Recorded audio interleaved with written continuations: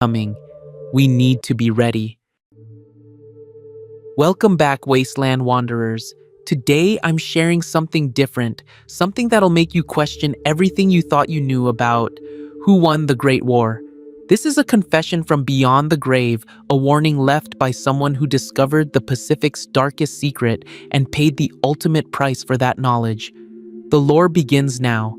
I found a wreckage of a pre-war naval intelligence facility buried beneath San Francisco Bay, and why the Brotherhood of Steel tried to kill me 3 times to keep it quiet. I'm recording this because if you're hearing it, I'm probably already dead, and someone needs to know the truth about what's still out there beneath the Pacific waves waiting. It started 6 months ago when I was scavenging through the flooded basements of what used to be the Presidio military base. Most wastelanders avoid that area because the Shi consider it their territory, and the Shi don't take kindly to outsiders poking around their historical sites. But I had good reason to be there. I'd traded a working Pip-Boy to a ghoul sailor who claimed he'd seen Chinese markings on walls deep in the old naval command bunkers, places even the Shi hadn't fully explored in 200 years. The ghoul wasn't lying. 3 levels down past corridors, choked with radioactive seaweed and the bones of sailors who never made it out, I found a sealed vault door with Chinese characters etched into the metal. It took me 2 days to crack it open, and when I finally did, I understood why it had been sealed so carefully. Inside was a communications room, pre-war, with equipment that had somehow survived the electromagnetic pulses and the flooding and 2 centuries of neglect. But it wasn't the equipment that changed everything. It was the waterlogged logbook I pulled from a filing cabinet, its pages barely readable, written in a mix of English and Mandarin. The cover identified it as the operational log for Pacific Fleet Naval Intelligence Western Theater, dated October 2077. The final entries were from October to Mus 22nd, one day before the bombs fell. I spent 3 weeks in that room, sleeping on the floor, eating canned food I'd brought with me, carefully transcribing every page I could salvage. What I learned made my blood run cold. The United States Navy knew about the Chinese submarine deployments. They knew about the Wolfpack formations, the stealth technology, the pre-positioned supply caches along the Pacific coast. They knew, and they couldn't do a damn thing to stop it. According to the log, American intelligence had identified at least 15 Chinese submarines operating in the Pacific theater by October 2077. 15. The Shi descendants came from one submarine, the Shi Huangti. Captain Zhao commanded the Yangtze-31, a ballistic missile boat that ended up in Boston Harbor. But that's only 2 submarines. Where are the other 13? The log detailed their deployments. Wolfpack Dragon 7 was assigned to the California coast, a group of 7 submarines, including the Shi Huangti. Wolfpack Thunder 4 covered the Pacific Northwest, 4 boats designated for harassment operations and infrastructure destruction. Wolfpack Serpent 4 had the strangest mission, long-term, deep ocean operations with orders to maintain radio silence unless specific conditions were met. I found maps, coordinates, patrol routes. The intelligence analysts had plotted every suspected Chinese submarine position based on sonar contacts, intercepted communications, and satellite thermal imaging. They'd marked 17 potential submarine refuges, deep water trenches, underwater caves, volcanic vents that could mask a reactor's heat signature. The analysts noted that Chinese submarine doctrine emphasized survival and long-term operational capability. These weren't suicide missions. These boats were built to outlast the war. But here's what haunted me most. The final entry in the log, dated October 22nd at 11:47 p.m., just hours before the missiles launched, was a single sentence in shaky handwriting followed by coordinates. Wolfpack Serpent 4 confirmed rally point. The coordinates pointed to a location in the middle of the Pacific, roughly halfway between Hawaii and the West Coast, in water so deep that nothing could reach the bottom. When I emerged from that bunker 3 weeks later, I was a different person. I'd gone in looking for salvage. I came out knowing that the Great War might not have ended the way we thought. The Chinese didn't just attack and die, they attacked and went dark, slipping beneath the waves with their reactors still running, their crews still alive, their orders still in effect. I needed to verify what I'd found. I needed to talk to someone who'd been there, who'd served on one of those submarines and might know what happened to the others. There was only one person I knew who fit that description, Captain Zhao. Getting to Boston from San Francisco isn't easy. The NCR patrols don't go that far east anymore, and the Brotherhood controls most of the major routes. But I had something more valuable than caps or trade goods. I had information, and information is the only currency that matters when you're dealing with people who've survived 200 years. It took me 4 months to reach Boston, traveling with caravans, trading my labor for passage, avoiding the major settlements where Brotherhood scribes might recognize me from their wanted list. By the time I found the Yangtze in Boston Harbor, half submerged and barnacle-crusted, I was exhausted, paranoid, and desperate for answers. Zhao didn't trust me at first. Why would he? I was just another wasteland scavenger looking to exploit him for caps or information or whatever I could get. But when I showed him the copies I'd made of the naval intelligence logs, when I spoke the designation codes from his own fleet, something changed in his eyes: recognition and fear. We talked for 3 days. He told me things he'd never told anyone else, things that the sole survivor who'd helped him repair his reactor probably never knew. He confirmed the Wolfpack formations. He confirmed the rally points. He confirmed that every Chinese submarine captain carried sealed orders to be opened only if contact with the mainland was lost for more than 30 days. Those orders, Zhao told me, weren't about going home. They were about surviving. They detailed protocols for establishing offshore bases, for recruiting technical specialists, for building a new civilization beneath the waves if necessary. The Chinese High Command had planned for total nuclear annihilation.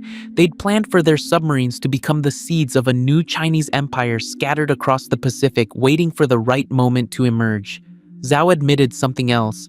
For decades after the war, he'd monitored radio frequencies, listening for other Chinese submarines, and he'd heard them.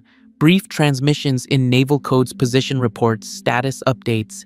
He'd heard at least 8 distinct call signs between 2077 and 2120 submarines, checking in with each other, coordinating movements, sharing information. Then the transmissions stopped, or rather, they changed frequencies to something his damaged equipment couldn't intercept.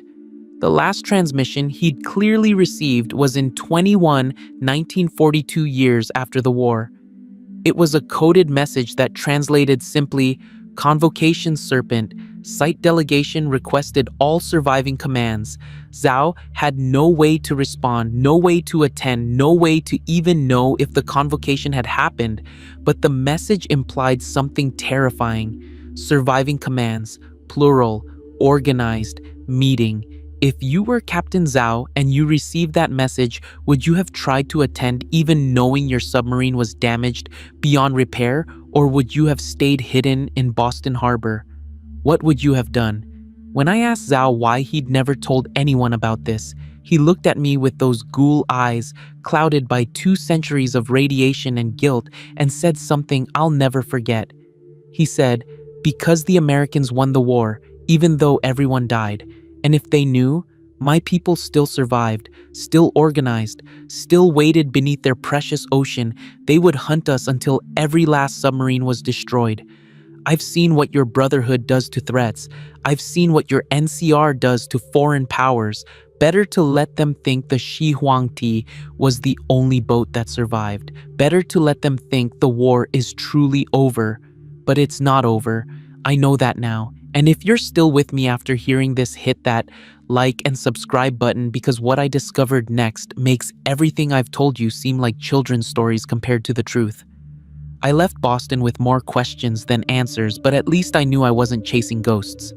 The Chinese submarines had survived, they'd organized, and somewhere out there in the Pacific they were still operating. I just needed to find proof that would convince others, evidence so undeniable that even the Brotherhood couldn't suppress it. My next stop was San Francisco. If Wolfpack Dragon 7 had been assigned to the California coast and the Shi Huangti was part of that formation, then maybe the Shi knew more than they were telling. Maybe their ancestors had maintained contact with the other submarines in their wolf pack. Maybe there were records hidden away in the Steel Palace that would reveal the truth. Getting into the Shi's inner circle isn't something you can do with caps or force. You need to prove yourself valuable, prove you're not a threat, prove you understand their culture and respect their traditions. I spent 2 months doing odd jobs for them, learning Mandarin from their elders, studying their history. I played the role of a scholar, someone fascinated by their heritage, someone who just wanted to document their remarkable survival story. It worked. Eventually, I gained access to the Steel Palace's research archives, ostensibly to study their technological development for a book I claimed to be writing. What I was really after were the historical records, the documents that detailed the first years after the Shi Huangti ran aground. The official story, the one every Shi child learns, says their ancestors were the sole survivors of a submarine that crashed during the Great War. They stripped the sub for parts, built the Steel Palace, and slowly rebuilt civilization in San Francisco's ruins. It's a good story, inspiring, simple, and it's a lie. I found the truth in a locked filing cabinet in the Emperor's databank's files marked for Senior Council eyes only. The Shi Huangti hadn't crashed. It had been deliberately beached as part of a coordinated plan. The submarine's captain had received orders on October 24th, 2077, the day after the bombs fell. Those orders came from Wolfpack Dragon 7's command vessel, a submarine designated Dragon 1. The orders were clear. Dragon 7 would disperse along the California coast. Each submarine would establish a shore base, scavenge what they could from the ruins, and maintain quarterly contact through coded radio transmissions. The goal was survival first, intelligence gathering second, and when the time was right, reconstitution of Chinese military authority over whatever remained. But something went wrong. The files showed that the Shi Huangti maintained contact with at least 3 other submarines in their wolf pack until 2081, 4 years after the war. Then the transmissions stopped. Not gradually, suddenly. 1 week they were receiving status reports from Dragon 2, Dragon 4, and Dragon 6. The next week, silence. The Shi's founders had debated what to do. Some wanted to investigate, to send teams to the last known positions of the other submarines. Others argued for maintaining isolation, for focusing on their own survival. Join the end isolation won. The Shi cut themselves off from their naval heritage and focused on becoming a land-based power. But here's what they didn't destroy, what they kept locked away for 2 centuries: the rally point coordinates. Dragon 1 had transmitted them during that final week of contact in 2081. If the Wolfpack ever lost contact, if the shore bases failed, if everything went to hell, there was a fallback position, a place where the submarines could regroup, resupply, and wait. I copied those coordinates.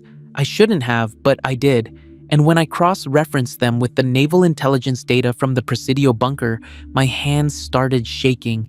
The coordinates matched. Wolfpack Dragon 7's rally point was the same location as Wolfpack Serpent 4's rally point. The same coordinates designated Serpent Site in both sets of documents. The Chinese had planned this. They designated a central rally point for multiple Wolfpacks, a place so remote and so deep that American forces would never find it, a place where submarines could gather coordinate and rebuild their strength. I needed more evidence. I needed to know if anyone had ever reached Serpent Site, if submarines were still using it, if the rally point was more than just a theoretical fallback position. That's when I started tracking trade patterns in San Francisco. The Shi are traders. They manufacture advanced weapons, power armor components, fuel cells, electronics that put the Brotherhood's technology to shame. Everyone assumes they developed this technology themselves, reverse engineering it from the Shi Huangti's systems. But when I started digging into their supply chains, things didn't add up. The Shi were acquiring raw materials that shouldn't exist in San Francisco.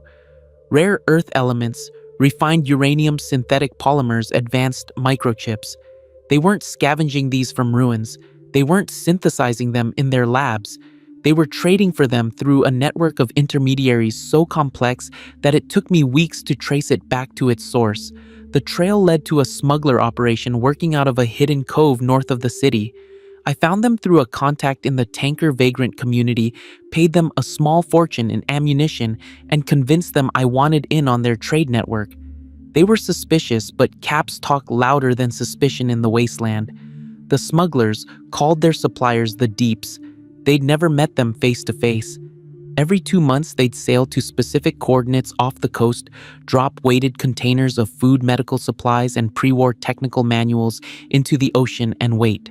12 hours later, they'd return to the same spot and retrieve different containers filled with materials the Shi needed, materials worth 10 times what the smugglers had traded. I asked them who the Deeps were. They didn't know. They speculated maybe it was a underwater vault, maybe it was a group of aquatic mutants, maybe it was pre-war automated. Systems still functioning. None of them ever considered the obvious answer: Chinese submarines. But I knew. I'd seen the pattern. The materials the Deeps provided were exactly what a nuclear submarine would produce or have access to: reactor byproducts, naval-grade electronics materials synthesized using equipment only a major military vessel would carry. The Shi weren't just trading with smugglers, they were trading with their own people, submariners who'd never come ashore. I convinced the smugglers to let me come on their next run. It cost me everything I had, plus a promise to help them navigate some Brotherhood patrols, but they agreed. 3 weeks later, we sailed out into the Pacific on a jury-rigged fishing boat that looked like it would sink if you looked at it wrong. The coordinates were about 80 miles offshore in water so deep that the charts just showed blue. We dropped our containers at sunset, marking the location with a radio beacon the smugglers swore was a specific frequency the Deeps recognized. Then we sailed 20 miles east and waited. I couldn't sleep that night. I kept thinking about what was down there in the darkness beneath our hull. Submarines? A base? Chinese sailors who'd lived underwater for 200 years, isolated from the surface world, building their own civilization in the crushing depths. We returned at dawn. The radio beacon was gone. In its place, secured to a floating buoy we hadn't left, were 3 sealed containers. The smugglers were ecstatic. This was a good haul, they said. The Deeps were generous this time. I helped them winch the containers aboard. They were military specifications sealed with gaskets that wouldn't have been out of place on a submarine.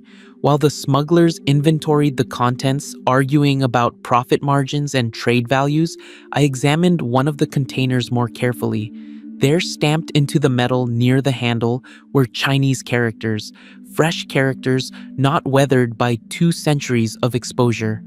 I recognized some of them from my time studying with the Shi. They formed a designation Dragon 4, Supply Cache 7. Dragon 4. One of the submarines the Shi Huangti had lost contact with in 2081. Still operating, still trading, still alive. Imagine you're on that boat and you see those fresh Chinese characters on a container pulled from the deep ocean. Do you tell the smugglers what you've discovered, or do you stay silent and gather more evidence? What would you do? The smugglers didn't notice. They were too focused on the contents: refined metals, sealed electronics, small vials of what looked like synthesized medical compounds. They had no idea they were trading with Chinese submariners.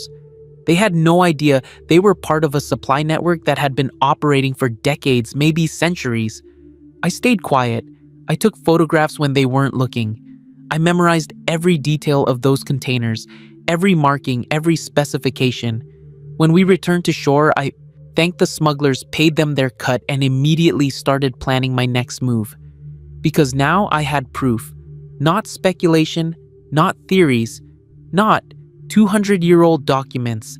Fresh evidence that Chinese submarines were still operational, still organized, still conducting trade with surface settlements through carefully controlled channels. But the proof raised more questions than it answered. How many submarines were still out there? Were they all part of the original wolf packs, or had they built new vessels? Where were they hiding? What were they planning? And most terrifying of all, why had they stayed hidden for so long when they clearly had the technology and resources to make themselves known? I found part of the answer in an unexpected place. A Shi scientist named Dr. Chen, someone I'd befriended during my time in San Francisco, got drunk one night and told me something she shouldn't have. She said the Shi leadership maintained a secret communication protocol, a way to send messages to the fleet masters when important decisions needed to be made. Dr. Chen didn't know who the fleet masters were. She assumed they were senior Shi elders, some kind of hidden council. But I knew better. The Shi were still in contact with other Chinese survivors. They were still taking orders or at least counsel from submariners who'd never integrated into surface society. I pressed her for details. She told me about a device in the Steel Palace, hidden in the Emperor's chamber, that transmitted coded signals using underwater acoustic channels. She'd seen it activated once during a crisis involving the Hubologists when the Shi Council needed guidance on whether to go to war. They'd sent a message and received a reply within 24 hours. A reply that, according to Dr. Chen, had been unusually specific about Hubologist capabilities and weaknesses, as if whoever responded had detailed intelligence about surface factions. That's when I realized the scope of what I'd uncovered. The Chinese submarines hadn't just survived. They'd thrived. They'd built an intelligence network that monitored surface settlements, tracked faction movements, analyzed political developments. They'd maintained contact with Chinese descendants like the Shi, guiding them, supporting them, using them as eyes and ears on land, and they'd done it all while remaining invisible to the major powers. The Brotherhood had no idea. The NCR had no idea. The Enclave, if any of them still existed, had no idea. For 200 years, Chinese submarines had operated beneath the Pacific, watching, waiting, preparing. Preparing for what? That's what terrified me, because military forces don't maintain operational readiness for 2 centuries just for fun. They don't build supply networks and intelligence operations and maintain contact with surface assets unless they have a plan, unless they're waiting for something, unless they intend to act. I started seeing patterns everywhere. Strange ships reported off the coast, always at night, always vanishing before investigation. Technical experts in Shi settlements who'd arrived from nowhere with no background but possessing knowledge that seemed impossible for surface dwellers to have acquired. Advanced Gauss weapons appearing in West Coast markets using firing mechanisms that didn't match any known American or Shi design. Every piece of evidence pointed to the same conclusion. The Chinese hadn't given up. They'd adapted. They'd become something new, something patient, something waiting for the right moment to emerge from the depths and claim what they believed was rightfully theirs. If this story has kept you listening this far, and you want more of these dark confessions from the wasteland, hit that like button. It really motivates me to create similar Fallout lores, because what I discovered next, what I found when I finally traced the acoustic transmission coordinates, changed everything I thought I knew about the post-war world. The acoustic transmission device in the Steel Palace transmitted on a specific frequency using coordinates Dr. Chen had accidentally let slip. I spent 3 months building equipment that could track and intercept those signals. It wasn't easy. Underwater acoustic communication uses different physics than radio, different propagation patterns, different encoding methods. But I had help from an unexpected source. His name was Marcus Webb, a former Brotherhood scribe who'd been excommunicated for asking too many questions about pre-war naval technology. We met in a new Reno bar, both of us drowning our paranoia in rotgut whiskey, both of us carrying secrets that could get us killed. When I told him what I'd found, when I showed him the photographs of those containers with fresh Chinese markings, he didn't call me crazy. He called me lucky to still be alive. Webb had his own story.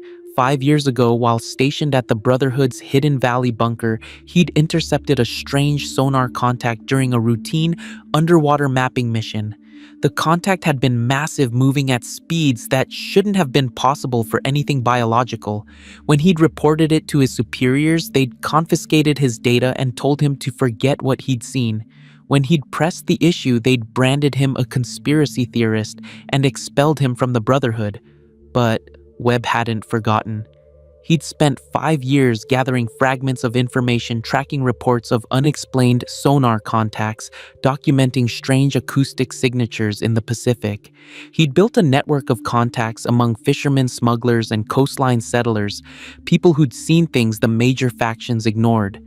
Together, we had enough pieces to start assembling the full picture. We built our listening station on a rocky outcrop north of San Francisco, disguised as a fishing camp. For 2 months, we monitored the frequencies Dr. Chen had mentioned, recording everything, analyzing patterns, trying to decode the transmissions.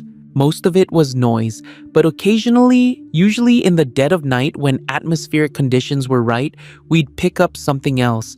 Coded bursts, short, precise, impossible to decrypt without the proper keys, but we could track them, we could triangulate their origins, and what we found made us realize we'd stumbled onto something far bigger than a few surviving submarines.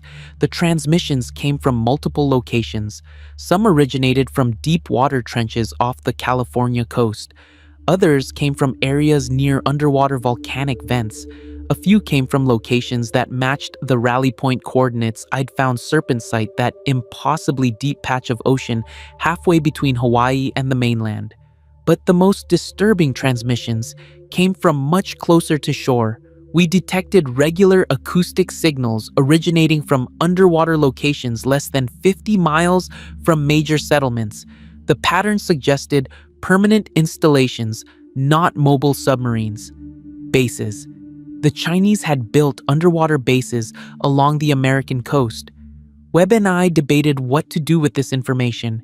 We could take it to the NCR, but they'd probably dismiss us as lunatics or worse, arrest us for espionage.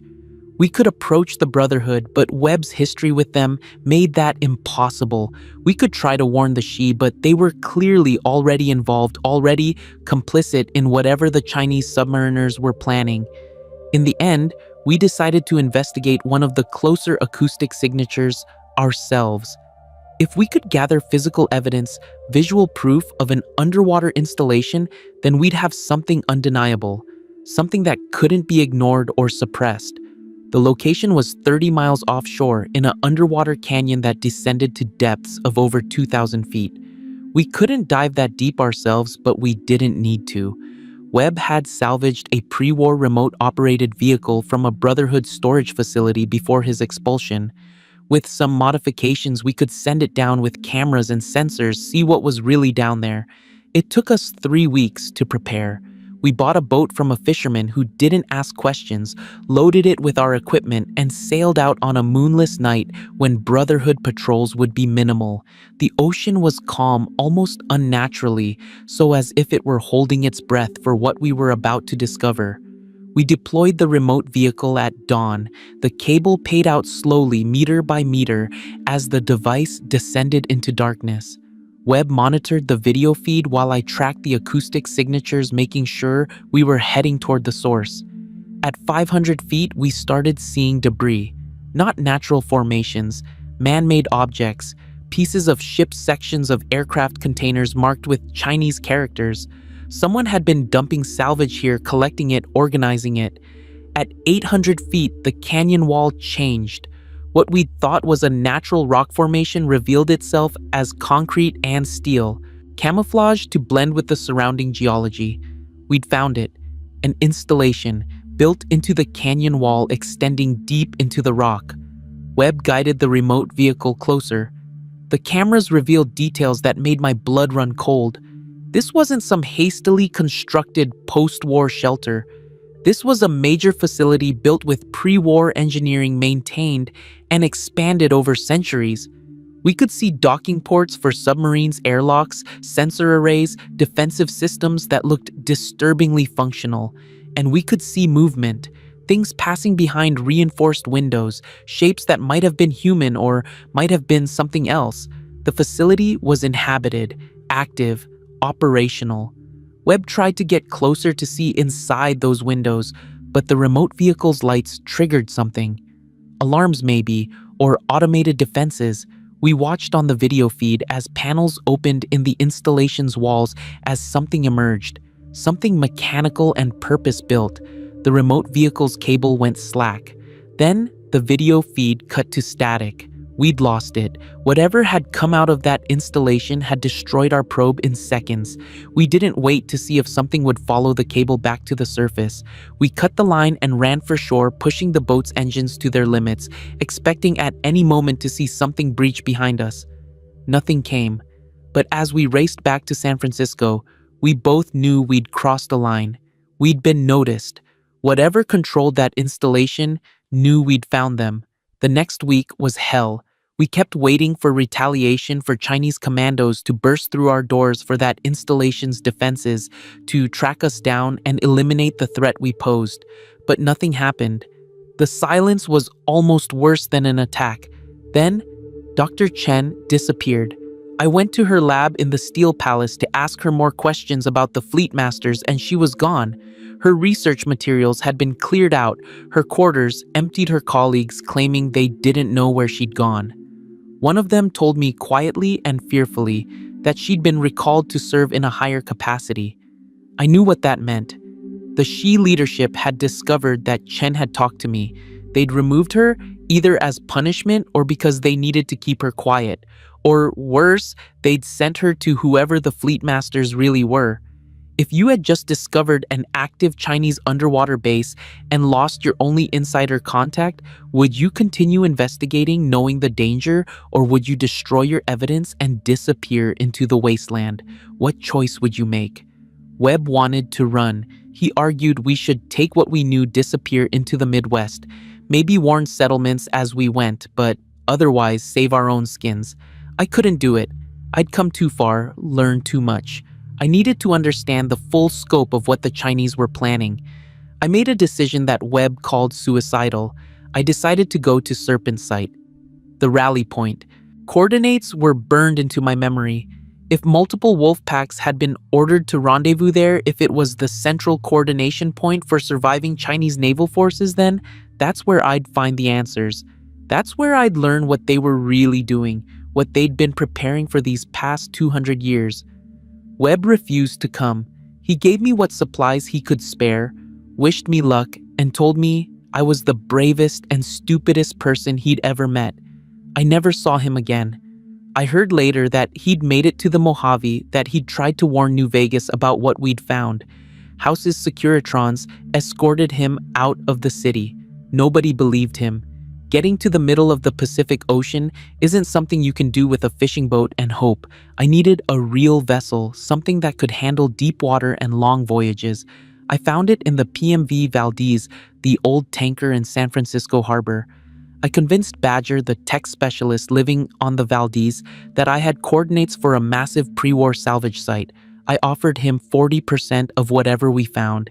He agreed, probably because he was bored and broke, and we spent a month making the Valdez seaworthy enough for the journey. The voyage took 3 weeks. We sailed west, navigating by the coordinates I'd memorized, avoiding shipping lanes and known patrol routes. The ocean out there is emptier than the wasteland, just endless water and sky, and the growing certainty that I'd made a terrible mistake. We reached the coordinates on a gray morning when the sea was flat as glass. There was nothing visible on the surface, no islands, no structures, no signs that this location was anything special. Badger thought I'd led him on a wild chase for nothing.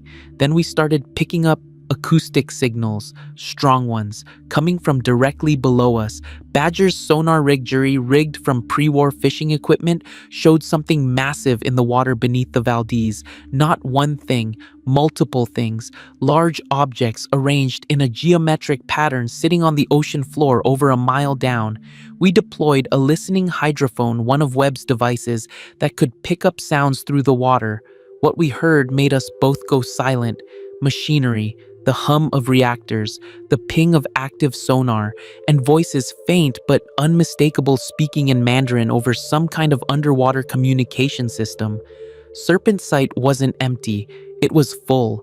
There were submarines down there, probably dozens of them sitting on the bottom in some kind of underwater anchorage, and they were active, crewed, operational. Badger wanted to leave immediately. He'd figured out that this wasn't a salvage site, that we'd stumbled onto something dangerous. But I convinced him to stay just a little longer to deploy a weighted camera rig that could descend on a cable and give us visual confirmation. The camera was an old security system Badger had salvaged, waterproofed, and attached to a heavy frame with lights. We lowered it slowly, watching the video feed as it descended through the darkness. The water was incredibly clear at these depths. No pollution, no debris, just pristine ocean. At 1,800 feet, the lights caught something. Metal? A hull. We'd found a submarine. But as the camera continued down, as more details became visible, we realized we weren't looking at one submarine. We were looking at many of them arranged in rows like a parking lot, sitting on a flat section of the ocean floor that couldn't be natural. The Chinese had built a base, not a small installation like the one we'd found off California. This was massive, an artificial platform on the ocean floor, large enough to dock dozens of vessels, with structures rising from it that had to be barracks, supply depots, command facilities. And then we saw something that changed everything. One of the submarines we'd been filming started moving. Its propellers turned, its hull lights activated, and it rose from the seafloor with the grace of something that did this every day. We watched as it ascended toward another structure, a massive cylindrical tower that rose from the base like a skyscraper. The submarine docked with the tower. Hatches opened. We could see through the tower's reinforced windows, could see the interior filled with people moving through corridors, working at stations, living their lives 2,000 feet beneath the Pacific. This wasn't a military base waiting for orders. This was a city, an underwater city populated by Chinese sailors and their descendants, built over 2 centuries of patient construction and expansion. A civilization that existed in parallel to the surface world, watching us, studying us, preparing for something we couldn't even imagine. The camera rig jerked suddenly. Something had grabbed it. We watched the video feed as an underwater vehicle, sleek and purpose-built, came into view. It had manipulator arms, cameras, weapons. It examined our camera rig for a long moment, as if deciding what to do. Then it cut the cable. The feed went dark, and at the same instant, our sonar lit up with multiple contacts rising from the depths, fast-moving objects coming toward the surface, coming toward us. Badger didn't need convincing anymore. He fired up the Valdez's engines, and we ran, pushing the old tanker as fast as it would go, racing east toward the distant coast. I kept watching the sonar, watching those contacts follow us for an hour, 2 hours, maintaining perfect pursuit formations. Then, exactly at the edge of what I calculated was their operational comfort zone, they stopped. They let us go. They let us go because they didn't see us as a threat, because 2 people in a broken-down tanker couldn't hurt them, couldn't expose them, couldn't do anything except spread stories that no one would believe. They let us go the way you'd ignore insects beneath notice, beneath concern. That's when I understood the real horror of what I'd discovered. The Chinese submarines hadn't stayed hidden because they were weak or afraid. They'd stayed hidden because they were patient. They'd built an entire civilization underwater, safe from radiation, safe from raiders, safe from the chaos that consumed the surface world.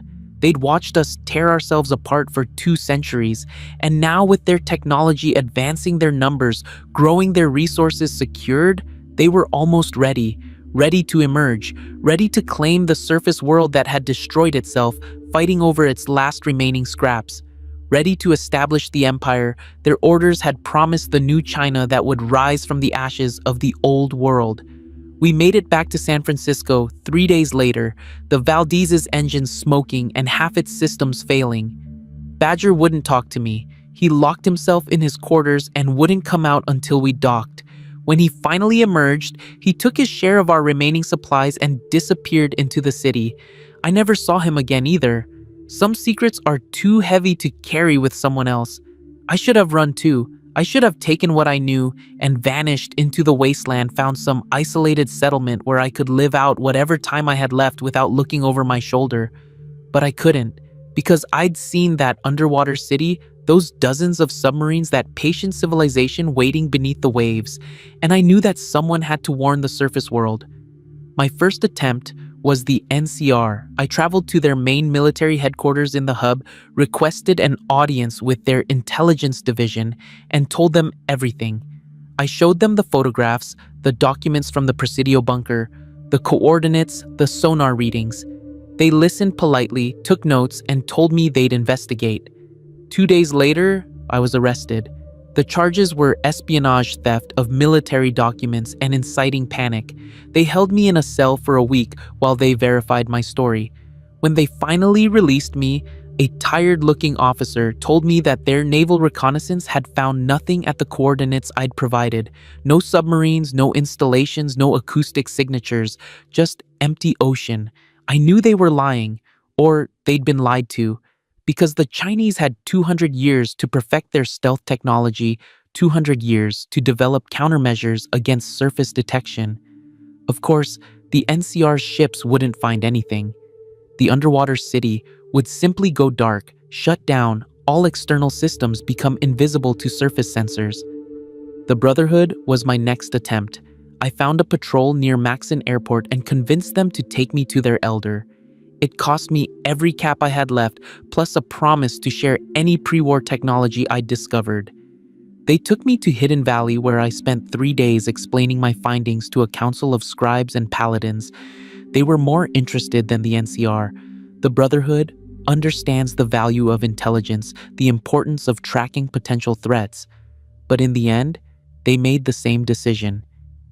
They thanked me for the information, filed it away in their archives, and told me they'd maintain surveillance on the Pacific. Then they escorted me out and told me never to return. I realized later what had happened. Both the NCR and the Brotherhood had calculated the cost of confronting an underwater Chinese civilization. They'd weighed the resources required to fight an enemy they couldn't reach, couldn't see, couldn't even verify existed.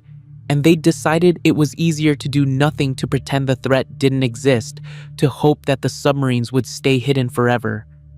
They were cowards, practical, rational cowards who'd rather ignore a potential extinction-level threat than commit to fighting it. But I couldn't blame them entirely. What could they do? Launch depth charges randomly into the Pacific, hoping to hit something? Declare war on an enemy that might not even acknowledge their existence? The surface factions were barely holding their own territories together. They couldn't handle another war, so I tried a different approach. I started sharing the story in settlements, in bars, in trader camps. I told anyone who'd listen about the Chinese submarines, the underwater bases, the civilization beneath the Pacific. Some people were fascinated. Others thought I was insane. Most just shrugged and went back to their drinks, their trades, their daily struggles to survive in the wasteland. One old ghoul in a Mojave trading post told me something I'll never forget. He said, "Son, we've got death claws, super mutants, feral ghouls, raiders, slavers, and a dozen other things trying to kill us every day. If there's Chinese submarines plotting under the ocean, they can take a number and wait their turn." That's when I understood the real tragedy. The wasteland had broken people so thoroughly that they couldn't even recognize existential threats anymore. They'd been fighting for survival so long that the idea of planning for the future, of preventing catastrophe, seemed pointless. The Chinese could wait another century if they wanted to. The surface world was doing their work for them, tearing itself apart one settlement at a time. But I kept trying. I documented everything I'd learned, wrote it down in multiple copies, distributed them to scribes and record keepers and anyone who might preserve the information for future generations. I mapped out every underwater installation location I'd identified, every acoustic signature. Webb and I had tracked every piece of evidence pointing to the Chinese presence. And then the Shi came for me. They didn't kill me. They're not that crude. Instead, they invited me to the Steel Palace for a meeting with Ken Li himself, the Emperor's head advisor, the real power behind the Shi's government. I knew it was probably a trap, but I also knew I couldn't refuse. Maybe I'd get answers. Maybe I'd finally understand the full picture. Ken Li received me in a private chamber deep inside the Steel Palace, a room I'd never accessed during my previous visits. He was alone, no guards, no witnesses. That's when I knew this conversation would never officially happen. He knew everything. About my investigations about the Presidio bunker, about my voyage to Serpent Sight. He knew about Webb, about Dr. Chen, about every move I'd made for the past year. The Shi's intelligence network was more comprehensive than I'd imagined. But he didn't threaten me. Instead, he offered me tea and asked me a simple question. Do you understand what you've discovered? I told him I'd discovered that the Chinese had survived, had thrived, had built a civilization that made the surface world's petty factions look like children playing in the ruins. He smiled at that, a sad smile, and told me I was both right and wrong. The people you call Chinese, he said, stopped thinking of themselves that way a long time ago. They're not waiting to reconquer America for Beijing. Beijing is dust. China is gone. They're building something new, something that has no precedent in the old world. He explained that the submarines had evolved beyond their military origins. The crews had intermarried, had children, had built a culture that blended pre-war Chinese values with 200 years of isolation and adaptation. They weren't soldiers anymore. They were colonists, refugees, survivors who'd found a way to thrive in an environment the surface world couldn't touch. They're not your enemy, Kenley said. They're not planning to invade, to conquer, to destroy. They're simply building their own civilization separate from yours. The only reason they maintain contact with us, the only reason they trade with the surface, is because they remember where they came from. They remember that they were once part of something larger. I asked him about the base I'd seen, about the dozens of submarines, about the military infrastructure that couldn't be anything but preparation for some kind of action. He sighed and admitted that yes, they maintained defensive capabilities. Yes, they monitored surface factions. Yes, they prepared for the possibility that they might need to protect themselves. But protect themselves from what? I demanded. Who's threatening them down there? You are, Kenley said quietly. The surface world is. Every time a faction develops new weapons, every time the Brotherhood pushes further into technology, they don't understand every time someone like you discovers evidence of the deep colonies and tries to rally the wasteland against them. They're not afraid of the raiders or the mutants. They're afraid of you. If you learned that an entire hidden civilization considered you the threat, that your attempts to warn others were actually driving them toward conflict, would you stop investigating? Would you keep silent to preserve the peace or continue spreading the truth regardless of consequences? He made me an offer then. Stop spreading the story. Stop trying to convince the surface world that the deep colonies exist. In exchange, the Shi would ensure my safety, provide me with resources, let me live comfortably in San Francisco for the rest of my days. All I had to do was be quiet. I almost took it. God help me, I almost said yes, because I was tired and scared and starting to wonder if Kenley was right. Maybe the deep colonies weren't the enemy. Maybe they were just people trying to survive in their own way, and my crusade to expose them would only lead to conflict, death, and destruction on both sides. But I couldn't do it, because even if the submarines weren't planning to invade, even if they just wanted to be left alone, the surface world deserved to know the truth. People deserve to know that there was another civilization out there, that the Great War hadn't ended human advancement, that possibilities existed beyond the endless cycle of scavenging and survival. I told Kenley no. He looked disappointed, but not surprised. He told me I was making a mistake, that my stubbornness would accomplish nothing except making enemies of people who could have been allies. Then he let me leave.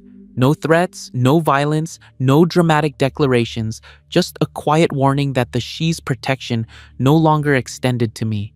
That was 3 weeks ago. Since then, I've been hunted, not by the Shi directly, but by people they've hired.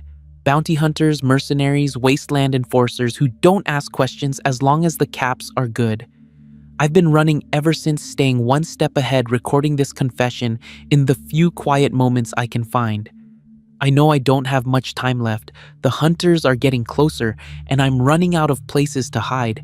That's why I'm leaving this record, why I'm sharing everything I've learned with anyone who'll listen. Because the truth matters, even if no one wants to hear it. The Chinese submarines exist.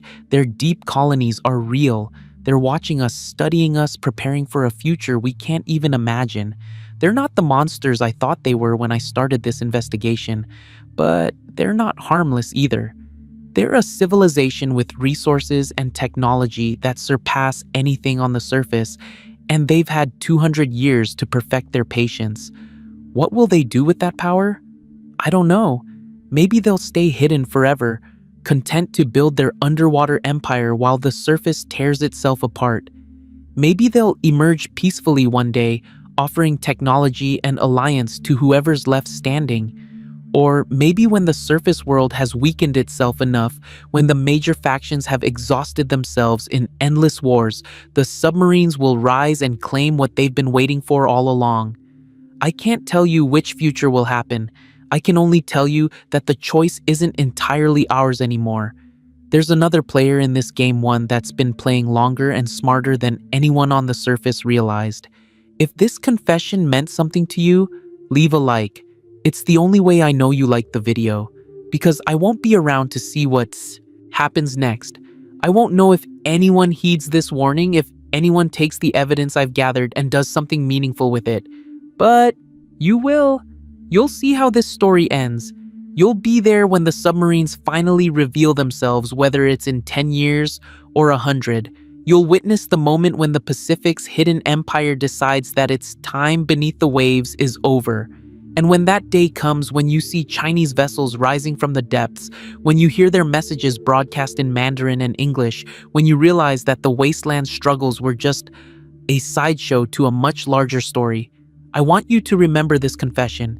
Remember that someone tried to warn you. Remember that the truth was out there waiting to be discovered. Remember that the Great War never really ended. It just moved underwater where patient hands could build something new from the ashes of the old world. My name is Jacob Torres. I was a scavenger from shady sands who found something he wasn't supposed to find. This is my testament, my warning, my final gift to a surface world that never wanted to listen. The hunters are at the door. I can hear them breaking through the barricades I set up. I have maybe 5 minutes before they reach this room. I'm not afraid anymore. I've told my story. I've shared what I know. The rest is up to you.